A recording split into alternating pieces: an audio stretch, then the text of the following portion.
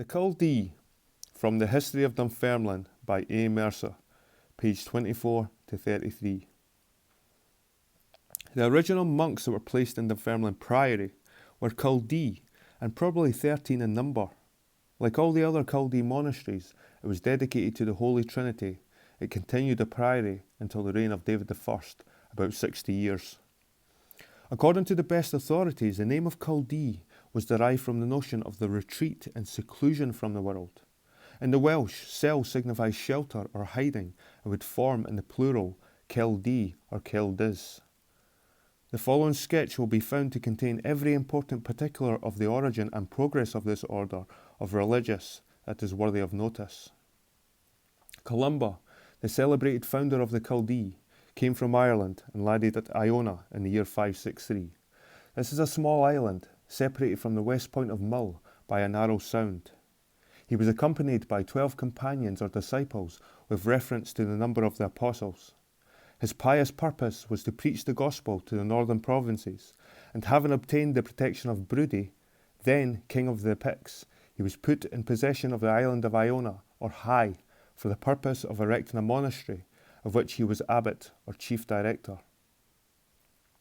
Although perhaps Christianity had been partially preached, even in the north of Scotland, for ages prior to this period, yet Columba was the first in this country who instituted a rule, denominated the Rule of Iona, and who had a regular establishment of monkish observance. The system of monastic seclusion had, long before this, become general throughout the Christian world, and great numbers, from a mistaken principle of piety, reckoned it absolutely incumbent on them either to retire individually into caves and solitudes or to become members of constituted monastic societies. In High, the Culdees spent a great portion of their time in reading the scriptures, in meditation and prayer. They delighted in seclusion and were altogether devoted to religious exercises, having abandoned the pursuits and vanities of the active world. Differing both in doctrine and in discipline from the established canons of the Romish Church, they followed their own traditions, which are alleged to have been directly derived from the followers of the apostles. But Jonah partook of the nature of a college or seminary, as well as of a monastery. A great number of persons were here instructed in the doctrines of the gospel, who, under the denomination of monks or presbyters or bishops, were afterwards, as missionaries, sent throughout the realm, and either preached to the people as occasions might offer, or were settled in monasteries founded by the piety of kings. During several centuries they formed the regular clergy of Scotland, and in the early age were maintained partly by the work of their own hands, and partly by the gifts of the pious. They were much beloved, and were even held in the highest reverence by every class of people. Indeed, it may be safely asserted that the Presbyterian impress which they stamped on Scotland at large was never wholly effaced, even in the most triumphant periods of Romish ascendancy, but continued to exist through in a feeble state even until the Reformation, when this form of church government became, from the influence of national predilections and traditions not altogether forgotten, paramount in Scotland.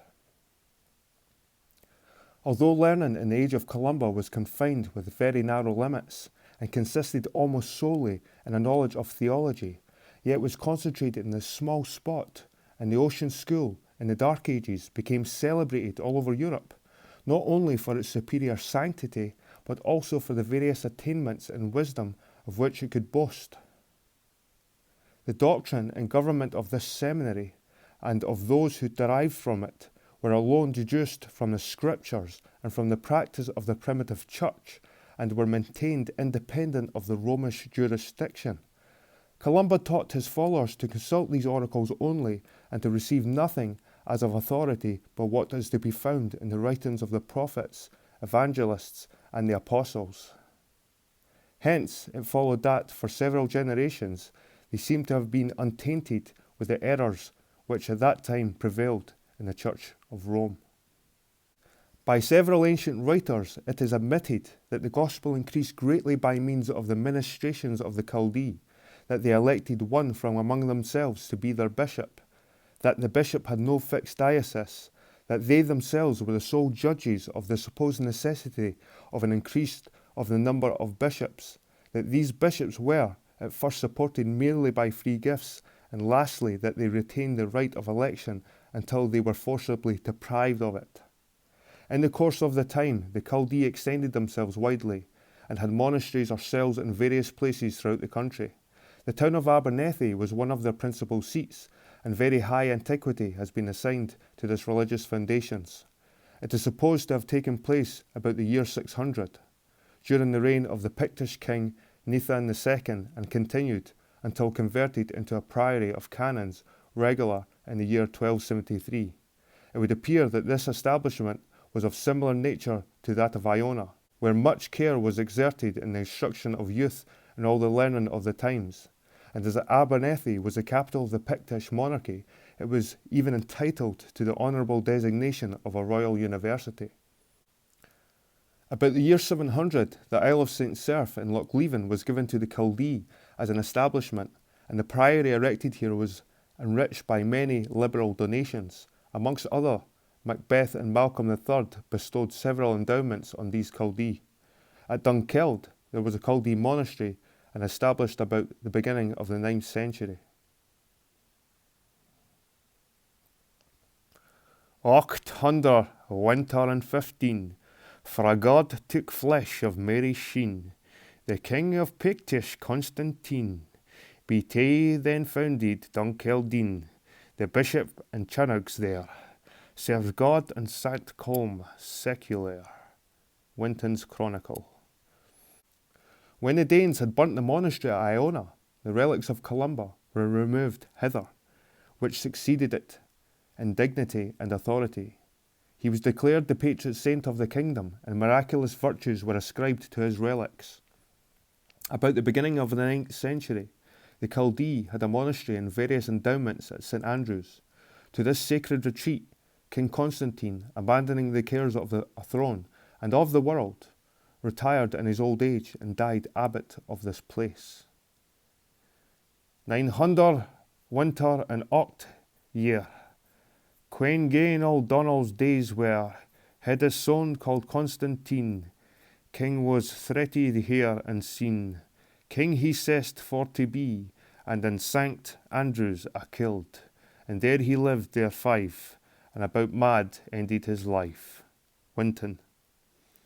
Brecon was, in an early age, a distinguished seat of the Culdee. It is said of Kenneth III, who began to reign in 970, this is he who gave the city of Brecon to the Lord, i.e. to the Culdee. At Dunblane there was a convent of this order, which continued even after the erection of the bishopric by David I.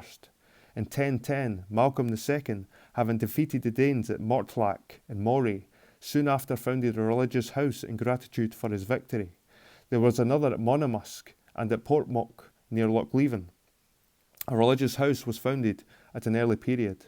It has been supposed, with much reason, that when the Fatalstone was transferred by Kenneth, the son of King Alpin, from Argyll to Scone, a similar foundation would be established here. It has been conjectured that there was a college of Culdee at Kirkcaldy, which was and should be called Kirk Culdee, and that the ancient name was Cella Culderium. It is also said that the place was named Kirk Kellade, which was changed during the Scoto-Saxon period to Kirk Kellade. At a very early period, there was a religious house belonging to the order at Culross. It was here that St. Cerf resided for many years, as we learn from Winton. And o'er the water of purpose, of forth he passed to Culross. There he begoeth to a red ground, where that he thought a kirk to be found. From Culross he went to Loch Leven, where he remained several years. He afterwards returned to Culross, where he yalt with good devotion his corse till hallowed sepulture, and his soul to the creature. Maelross has a claim to be reckoned the most ancient seat of the Culdee on the mainland. The name is supposed to be Gaelic, compounded of Mull or Mal, Bear and Ross, a promontory. This was a famous nursery for learning and religious men. who were filled with zeal in propagating the gospel among their neighbours, the pagan Saxons. There were several other places south of the Forth where similar foundations existed in very early times. As might have been supposed, the Culdee made various settlements in the Hebrides and in the Orkney Islands and spread some knowledge of the gospel there at a very remote period. The memory of Columba was long held in the highest veneration, and the number and distances of the churches dedicated to him are the strongest proofs of the extent of his authority. There were Columcilles, a derivation from his name, built in Morven, in Kintyre, in Mull, in Islay, in North Uist, in Ben Buchala, in Skye, in Sutherland, in Harris, in Loch Columcille, in Lewis, in Sandy, in Orkney, in Aberdeenshire, in Wigtonshire, and in many other places. There is no doubt that, for several ages, the Culdee faithfully adhered, wherever they visited, and in all their monastic settlements, to the tenets and institutes of their founder. They clung fast by the revered alma mater at Iona, that their doctrine, in many respects, and their external ritual, differed widely from the Church of Rome, and that, whenever the legitimate adherents of the latter came into contact, the Culdee kept aloof and strenuously opposed their innovations. The main points in which they differed from the Romish Church consisted, first, in the time of observing Lent. This will be afterwards alluded to. Second, they rejected auricular confession as well as absolution and confessed their sins to God alone, believing that only He could forgive sins. Third, the Culdee, without any ceremonies whatever, baptized in any water they came to. Fourth, they denied the doctrine of the real presence, which is so distinguished an article of the Romish faith. Fifth, they withstood the idolatrous worship of the Romish Church. It was the common practice of the Culdee to dedicate the principal churches to the Holy Trinity and not to the Virgin or any saint. Thus, the monastery at Dunfermline was so dedicated like other Chaldean establishments. Sixth, they offered no prayers for the dead. They neither prayed to dead men nor for them. In their public worship they made honourable mention of holy persons deceased, offering a sacrifice of thanksgiving for their exemplary life and death, but not by way of proposition for sins. Seventh, they rejected the doctrine of works of supererogation. They were so far from pretending to do more than good than they were obliged to do, much less to superabound in merit for the benefit of others, that they readily denied all merit of their own. 8. The Culdee entered into marriage state like the laity, but abstained from their wives when it came to their turn to minister. They had some property in common, but what was of value was that their death possessed by their families, and succession to the sacred office was often hereditary. On the whole, the Culdee, in their doctrine and simple mode of worship, have been supposed, and not without reason, to have resembled very nearly the Presbyterians of modern times. There has been a great deal of controversy on this point. The followers of episcopacy strenuously ascertain that the Culdee, in every age, entirely conformed to the institutes of the Romish faith, while the Presbyterians strongly maintain that they essentially differed in many imper particulars, both of doctrinal principle and of ecclesiastical regulation. Columba and his 12 disciples and their successors, for a long period, partook largely, there is no doubt, of that ascetic spirit which had pervaded more or less the whole Christian church. Seclusion from the world and solitary meditation in sequestered corners were practices in the greatest repute and record unequivocal tests of piety. To these were added the strictest habits of temperance and abstemiousness of every description. The degree of devotion was estimated by the privations submitted to and the austerities that these anchorites prescribed to themselves. Long fasts and vigils were eagerly practised, and it was firmly believed that in so far as the corporeal senses were unindulged and mortified, in the same degree did the soul partake of spiritual advantages. The Culdee were extremely useful in their age.